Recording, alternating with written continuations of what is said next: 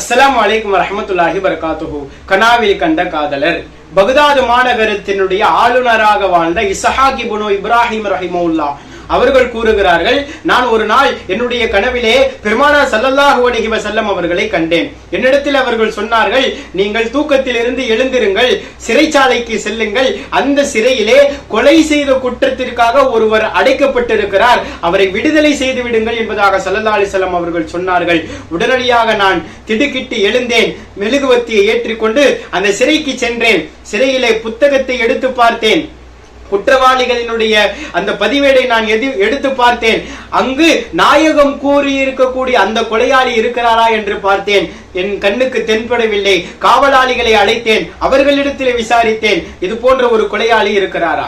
அவர்கள் சொன்னார்கள், ஆம் இருக்கிறார், அவரை முதலில் அழைத்து வாருங்கள் என்றேன். உடனடியாக அவர்கள் அழைத்து வந்தார்கள்.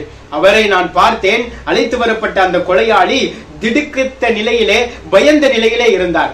அவரிடத்திலே நான் கேட்டேன், ஏன் இங்கு நீங்கள் வந்திருக்கிறீர்கள்? என்ன கொலை செய்தீர்கள்? அதையெல்லாம் நீங்கள் சொன்னீர்களானால் உங்களை நான் விடுதலை செய்கிறேன் என்பதாக சொன்னார். சொன்னதும் அந்த கொலையாளி கூற ஆரம்பித்தார், நானும் என்னுடைய தோழர்களும், எனக்கு நிறைய நண்பர்கள் இருந்தார்கள், நாங்கள் எல்லாம் ஒன்றாக தான் எப்பொழுதும் இருப்போம். அல்லாஹ் என்னென்ன ஹராமாக்கி வைத்திருக்கிறானோ அனைத்தையும் ஹலாலாக்கி விட்டோம். மது அருந்துவோம், விபச்சாரம் செய்வோம், எல்லா விதமான பாவங்களையும் செய்து வந்தோம். ஒரு ஊரிலே நாங்கள் ஒரு வீடு வைத்திருந்தோம். அந்த வீட்டில் தான் எப்பொழுதும் மது அருந்துவோம், விபச்சாரம் செய்வோம், எல்லாம் செய்வோம். ஒரு நாள் அதே போல் தான் வழக்கம் போல் அந்த வீட்டிலே மது அருந்தலாம் என்று நாங்கள் இருந்தோம். அந்த நேரத்தில் எங்களுக்கு பழக்கப்பட்ட ஒரு கிழவி ஒரு பெண்மணியை அழைத்து வந்தாள். பெண்மணியை அழைத்து வந்து எங்களிடத்திலே விட்டு விட்டு சென்று விட்டாள். அந்த பெண்மணி எங்களை பார்த்ததும் மிக அழகாக இருந்தார்கள். அவர்கள் எங்களை பார்த்ததும் பயந்து மயக்கத்திலே கீழே விழுந்து விட்டார்கள். உடனடியாக நான் என்ன செய்தேன் என்றால், தண்ணீரை எடுத்து அவர்களுடைய முகத்திலே தெளித்து அவர்களை ஒரு அறைக்கு அழைத்து சென்றேன். அழைத்து சென்று விசாரித்தேன், ஏன் இங்கு வந்தீர்கள்? நான் இன்னும் மது அருந்தவில்லை. அவர்களிடத்திலே நல்ல முறையிலே விசாரித்துக் கொண்டிருக்கிறேன். அவர்கள் கூறினார்கள், உங்களை எல்லாம் பார்த்தால் எனக்கு பயமாக இருக்கிறது. உங்களிடத்திலிருந்து இவர்களிடத்திலிருந்து உங்களை பார்த்தால் நல்லவராக தெரிகிறது. உங்கள் நண்பர்களிடத்திலிருந்து என்னை நீங்கள் பாதுகாத்து விடுங்கள். என்னை பாதுகாத்தால் அல்லாஹ் உங்களை பாதுகாப்பான் என்பதாக சொன்னார்கள். அடுத்து சொன்னார்கள், என்னை நீங்கள் பாதுகாத்தால் எங்களுடைய தாதா ஸல்லல்லாஹு அலைஹி வஸல்லம் அவர்கள் உங்களை பாதுகாப்பார்கள் என்றார்கள்.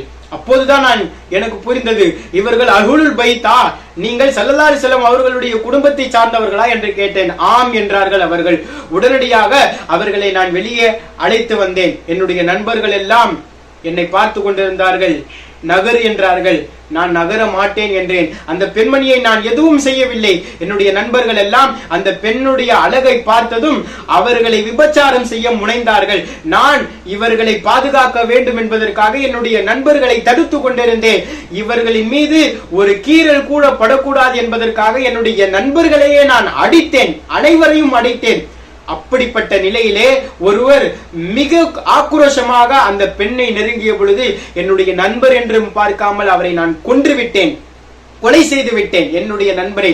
காரணம், பெருமானாரினுடைய குடும்பத்தை சார்ந்த ஒரு பெண்ணை நான் காப்பாற்றுவதற்காக கொலை செய்தாலும் பரவாயில்லை என்று கொன்றுவிட்டேன்.